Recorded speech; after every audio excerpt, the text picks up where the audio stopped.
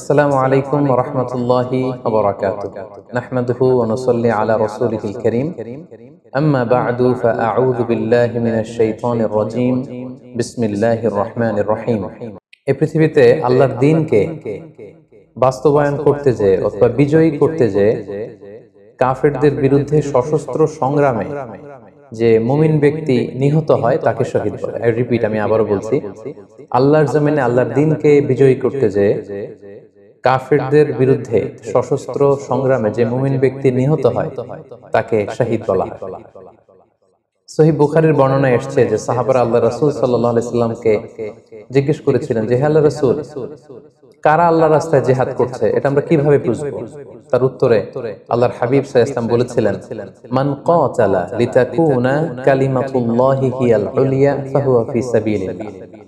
যে ব্যক্তি আল্লাহর দ্বীনকে, আল্লাহর বিধানকে কিংবা আল্লাহর আইনকে বাস্তবায়নের জন্য, আল্লাহর দ্বীনকে বিজয়ের জন্য যে সংগ্রাম করে যাচ্ছে সেই আল্লাহর রাস্তায় আছে। আর সে আল্লাহর রাস্তায় থাকা অবস্থায় যদি কেউ মৃত্যুবরণ করে বা নিহত হয় তাকে ইসলাম শহীদ বলে ঘোষণা করেছে। তবে সেক্ষেত্রে একটি শর্ত রয়েছে, সেটি হচ্ছে দুনা গারাদিন মিন আগরাদিদ দুনিয়া।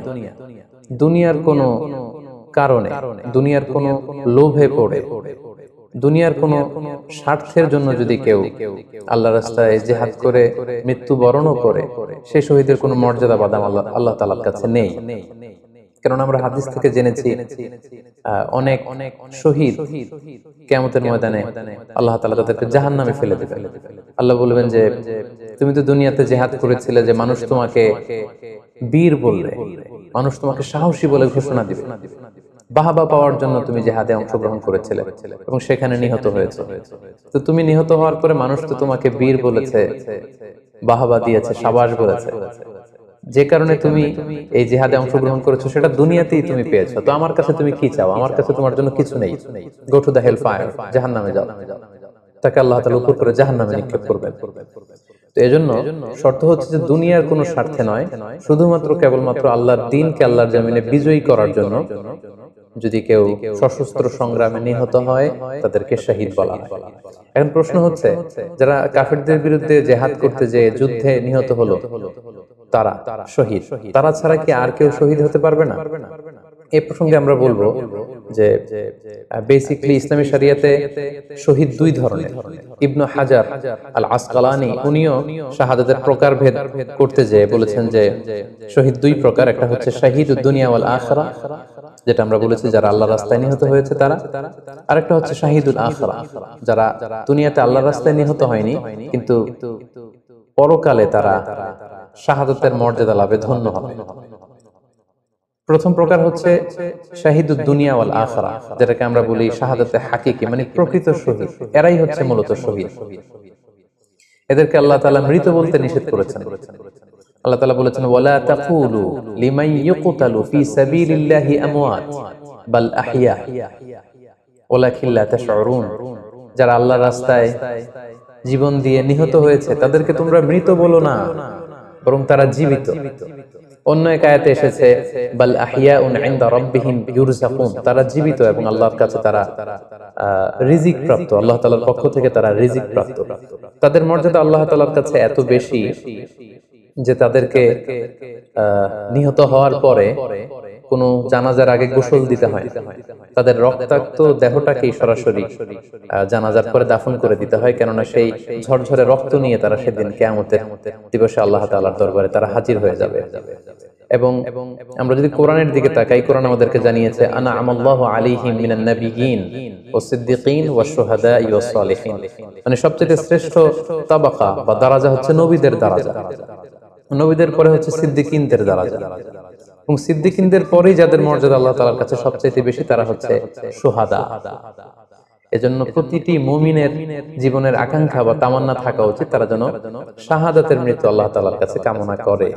এবং আমরা যদি সাহাবাদের জীবনের দিকে তাকাই তাহলে দেখব ওনারা সবসময় আল্লাহ তাআলার কাছে শাহাদাতের মৃত্যু কামনা করতেন। সাইয়েদনা ওমর ফারুক রাদিয়াল্লাহু তাআলা আনহু আল্লাহ তাআলার কাছে সবসময় শাহাদাতের মৃত্যু চাইতেন।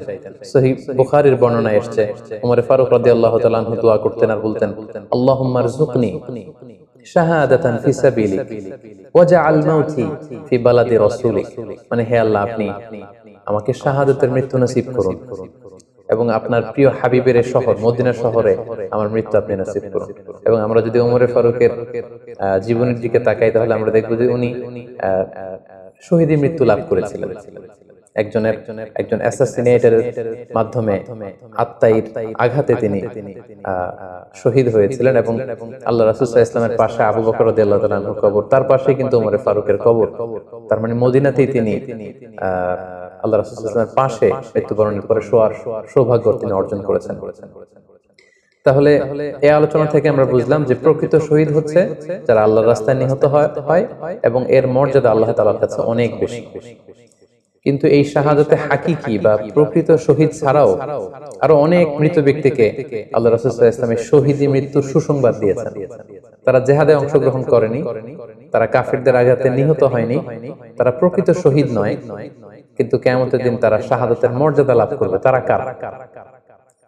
এ ব্যাপারে আমরা সহিহ মুসলিমের একটি হাদিস এখানে উল্লেখ করতে চাই, যেখানে আল্লাহ রাসূল সাল্লাল্লাহু আলাইহি ওয়াসাল্লাম সাহাবাদেরকে জিজ্ঞেস করেছেন, মা তা'উদ্দুনা শাহিদা ফীকুম, ওহে সাহাবারা তোমরা কাদেরকে শহীদ বলে মনে করো? সাহাবারা বললেন যারা আল্লাহর রাস্তায় নিহত হয় তারা শহীদ। তখন আল্লাহ রাসূল সাল্লাল্লাহু আলাইহি ওয়াসাল্লাম বললেন, ইন্না শুহাদা উম্মতি ইদান লাকালিল, এরকম হলে তো আমার উম্মতের মধ্যে শহীদদের সংখ্যা একেবারে কম। যারা জিহাদের সুযোগ পাবে না, জিহাদের ময়দানে কাফিরদের বিরুদ্ধে সশস্ত্র সংগ্রাম করে যারা নিহত হওয়ার সুযোগ পাবে না, তাহলে তো তারা শহীদ হতে পারবে না। সাহাবারা এই কথা শুনে বললেন, ইয়া রাসূলুল্লাহ তাহলে কারা শহীদ আপনি বলেন। তখন আল্লাহ রাসূল সাল্লাল্লাহু আলাইহি ওয়াসাল্লাম বললেন যে যারা আল্লাহর রাস্তায় নিহত হয় তারা তো শহীদ বটেই, পাশাপাশি ওমান মাতা ফি তাউনি ফাহুয়া শাহীদ, মহামারীতে যারা মারা যায় তারাও কিন্তু শহীদ। প্লেগ রোগে বা মহামারীতে, এই যে করোনা ভাইরাসের সময় যারা ঈমানের সাথে ইন্তেকাল করেছে তাদেরকেও আল্লাহ তাআলা শাহাদাতের মর্যাদা দান করবেন।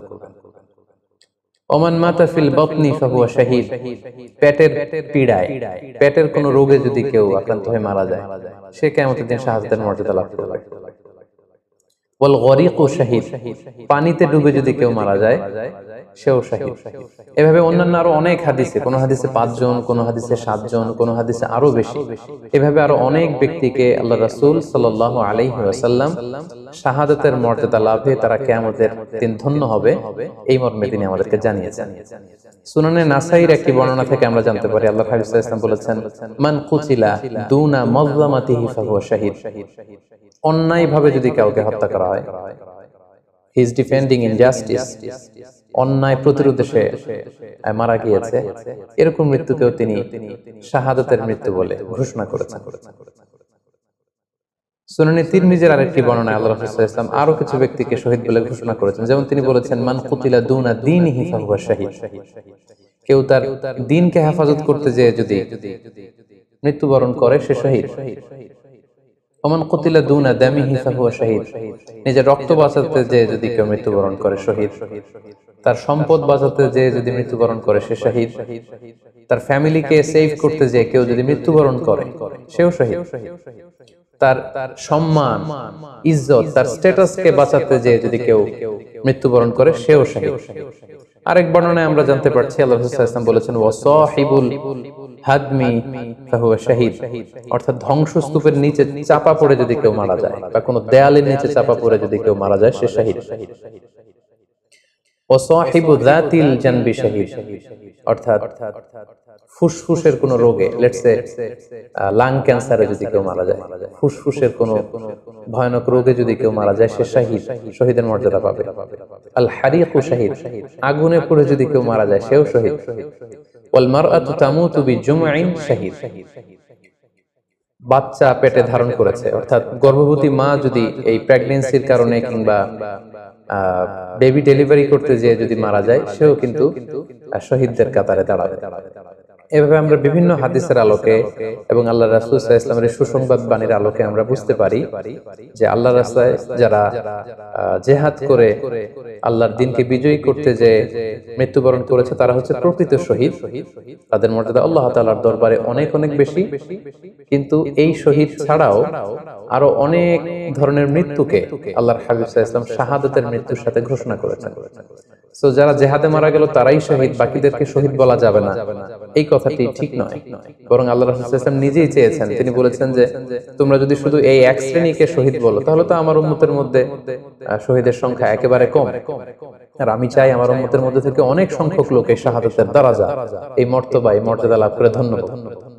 তাই আমরা যে কেউ একটি বর্ণনার কথা বললাম, এছাড়াও আরো অনেকগুলো বর্ণনা আছে এই ধরনের মৃত্যু যারা বরণ করেছে, লেটস সে পানিতে ডুবে, আগুনে পুড়ে, পেটের পীড়ায়, নিজের সম্পদ বাঁচাতে যে, অন্যায়ের প্রতিরোধ করতে যে, সন্তান ভূমিষ্ঠ করতে যে, এরকম যত ধরনের মৃত্যু রয়েছে এ ধরনের মৃত্যুকে আল্লাহ রাসূল সাল্লাল্লাহু আলাইহি ওয়াসাল্লাম শহীদী মৃত্যু বলেছেন। এবং কিয়ামত দিবসে এই সমস্ত লোকেরাও তারা শাহাদাতের মর্যাদা লাভে ধন্য হবে ইনশাআল্লাহ। আশা করি প্রশ্নের উত্তর আপনি পেয়েছেন। আল্লাহ তাআলা আমাদের সবাইকে সঠিকভাবে ইসলাম জানার, বুঝার এবং সে অনুযায়ী মানার তৌফিক দান করুক। হাযা মা ইনদি ওয়াল ইলমু ইনদাল্লাহ আলাইহি তাওয়াক্কালতু ওয়া ইলাইহি উনীব। ওয়াসসালামু আলাইকুম ওয়া রাহমাতুল্লাহি ওয়া বারাকাতুহু।